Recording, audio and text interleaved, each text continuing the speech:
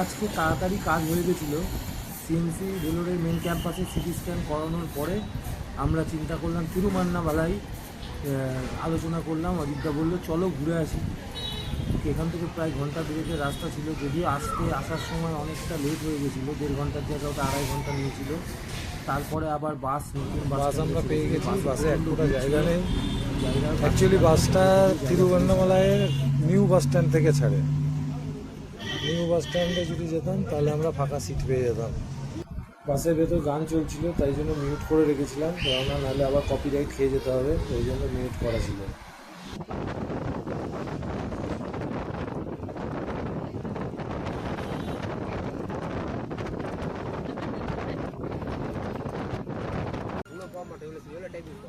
Finally একটা বসার জায়গা পেলাম।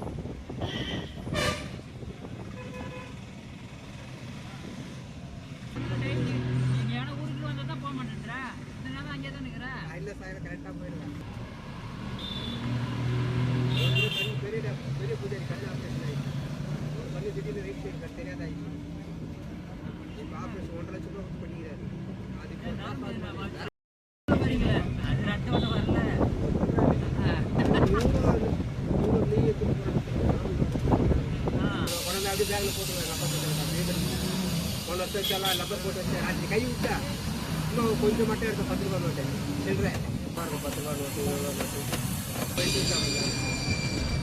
நான் திரும்பி அப்படியே பேக்கில் வண்டியில் போகிறேன்.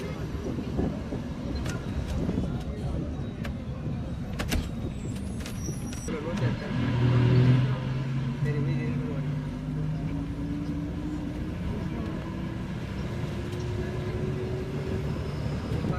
காலி பண்ணி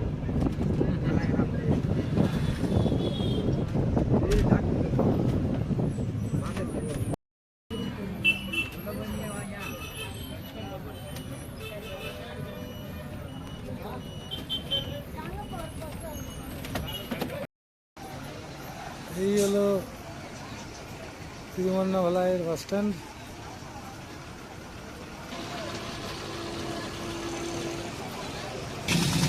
আমি ঠিক পার হয়ে যাবো তোমার আগে।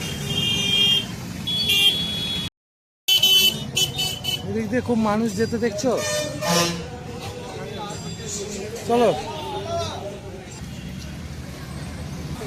ওইদিকে বাস স্ট্যান্ড থেকে এই যে এই কোথায় গেট পেয়েছি,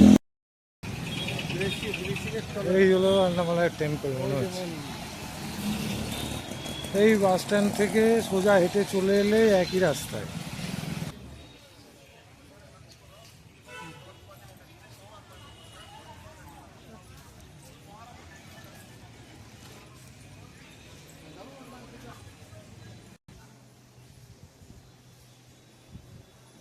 এটা মেন টেম্পল না, এটা অন্য কোনো টেম্পল জানি না। এখানে পেলাম বলে ঢুকে পড়লাম।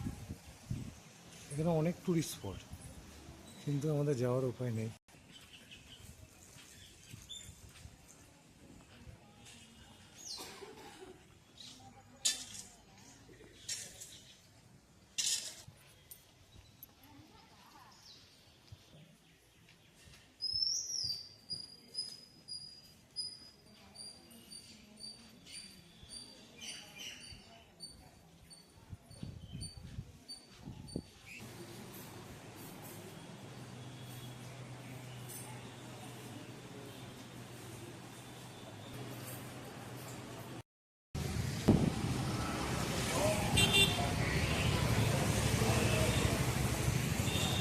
270 ফুট উঁচু এই গোপুরম।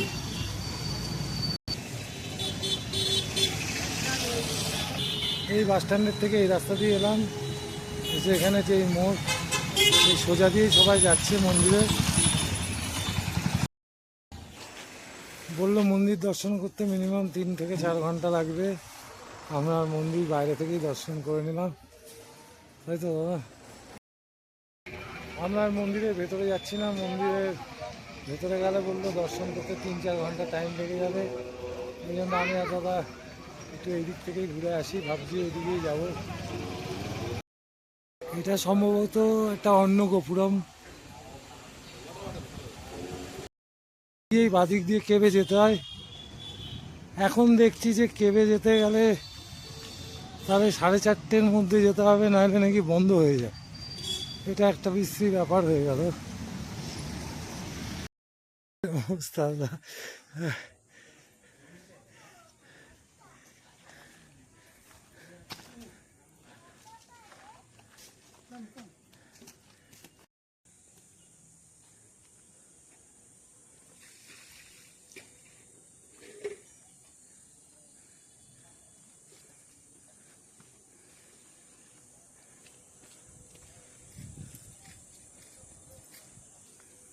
এইদিকেও যাচ্ছে, এইদিকেও ওই দেখো যাওয়ার রাস্তা আছে কিন্তু।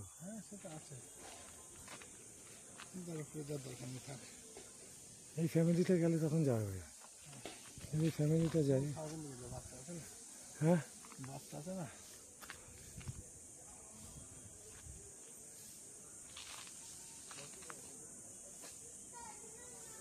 উপরে উঠেছি, মন্দির অত উঁচু মন্দির, এখান থেকে এত নিচে দেখা। ওরা চলে গেল, মেয়ে বাচ্চা বউ বুড়ি সব চলে গেল, কিন্তু দাদা কাকুর শরীরটা খারাপ তো, ওই জন্য বলছে আর দেরি করবো না, তাহলে চলো দাদা বেরিয়ে যাই। এখান থেকে ভিউটা গাছগাছালি না থাকলে খুব ভালো লাগতো, অনেকটা নিচে ছিল। ক্যামেরায় দেখা যাবে না, মোবাইলে কতক্ষণ যায় না। এদিক দিয়ে বলছে নিচে যাওয়া যাবে না, পরের বার এসে গুহা দেখে যাব কিরকম গুহা আছে, এর ভেতরে গুহা রয়েছে যেহেতু। এখানে ফুল ডিটেলস দেওয়া আছে। আমরা অনেকটাই উপরে চলে এসেছিলাম, এখন নিচে যাচ্ছি বাসে।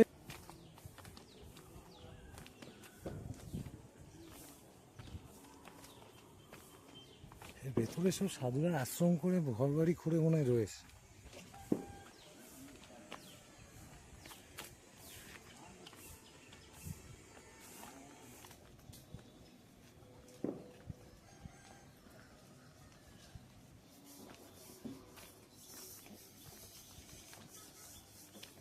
এনারাও নিচে যাচ্ছেন আমাদের আগে আগে। ঢুকেছিলাম, ঢুকে ওই দিক দিয়ে ঘুরে ওই দিক দিয়ে এই কেবার দেখতে পারলাম না দাদার জন্য, এই আবার এখান দিয়ে ব্যাক করে আবার যাচ্ছি, গিয়ে বাড়ি গিয়ে বাস স্ট্যান্ডে যাবো।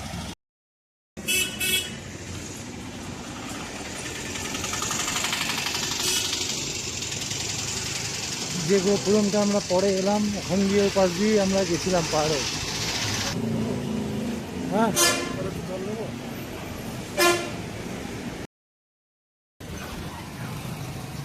খুব একটা মনে চাইছিল না, কিন্তু তাও সত্ত্বেও বেরিয়ে পড়লাম আবার তিরুভান্নামালাই বাস স্ট্যান্ড থেকে এখন সিএমসি ভেলোরের উদ্দেশ্যে। কেননা কাকা বাড়িতে একা রয়েছে তো, ওই জন্য দেখলাম অনেকটা রাস্তা, প্রায় ঘন্টা 2 লাগে। শরীর যদি খারাপ, এমনি ফোন করেছিল একটু শরীরটা খারাপ লাগছে, ব্যথা ব্যথা বলছিল, তাই ঘুরতে ইচ্ছা থাকলেও ঘোরা আর হলো না। আমরা জাস্ট একটু আশাই হলো, তাই তো।